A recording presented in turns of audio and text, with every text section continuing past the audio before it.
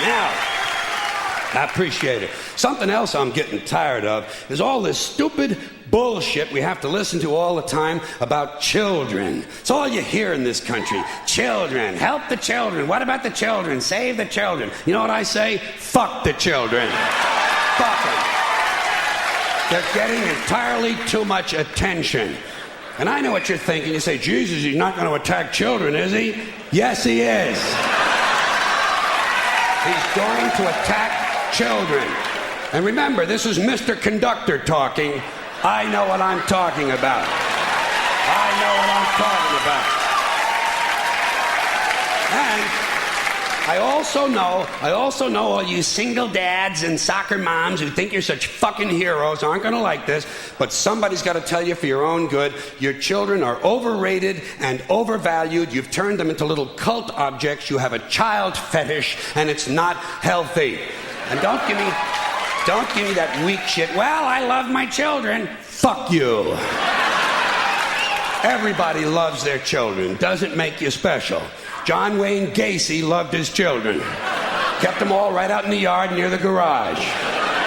That's not what I'm talking about. What I'm talking about is this constant mindless yammering in the media, this neurotic fixation that somehow everything has to be revolved around children. It's completely out of balance. Listen, there are a couple of things about kids you have to remember. First of all, they're not all cute, okay? In fact, if you look at them close, some of them are rather unpleasant looking. And a lot of them don't smell too good either. The little ones in particular seem to have a kind of urine and sour milk combination or something. Stay with me on this. The sooner you face it, the better off you're going to be. Second premise, not all children are smart and clever. Got that? Kids are like any other group of people. A few winners, a whole lot of losers. There are a lot of loser kids out there who simply aren't going anywhere. And you can't save them all. You can't save them all. You got to let them go. You got to cut them loose. You got to stop overprotecting them because you're making them too soft. Today's kids are way too soft. For one thing, there's too much emphasis on safety. Child-proof medicine bottles and fireproof pajamas, child restraints and car seats and helmets, bicycles, skateboard, baseball helmets. Kids have to wear helmets now for everything but jerking off. Grown-ups have taken all the fun out of being a kid just to save a few thousand lives. It's pathetic. It's pathetic. What's happening is, you know what it is? These baby boomers, these soft, fruity baby boomers, are raising an entire generation of soft, fruity kids who aren't even allowed to have hazardous toys, for Christ's sakes. Hazardous toys. Shit, whatever happened to natural selection? Survival of the fittest. The kid who swallows too many marbles doesn't grow up to have kids of his own. Simple as that. Simple. Nature knows best. We're saving entirely too many lives in this country of all ages. Nature should be allowed to do its job of killing off the weak and sickly and ignorant people without interference from airbags and batting helmets. Just think of it as passive eugenics, okay? Now, here's another example of overprotection. Did you ever notice on the TV news, every time some guy with an AK-47 strolls onto a schoolyard and kills 3 or 4 kids and a couple of teachers, the next day, the school is overrun with counselors and psychiatrists and grief counselors and trauma therapists trying to help the children cope. Shit, when I was in school, someone came to our school and killed 3 or 4 of us. We went right on with our arithmetic. 35 classmates minus 4 equals 31. We were tough. I say if kids can handle the violence at home, they ought to be able to handle the violence in school. I'm not worried about guns in school. You know what I'm waiting for? Guns in church.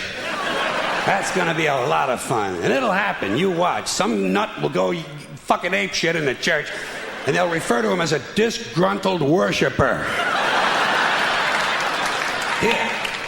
Here's another bunch of ignorant shit. School uniforms, bad theory. The idea that if kids wear uniforms to school, it helps keep order. Don't these schools do enough damage making all these kids think alike? Now they're going to get them to look alike, too? And it's not a new idea. I first saw it in old newsreels from the 1930s, but it was hard to understand because the narration was in German.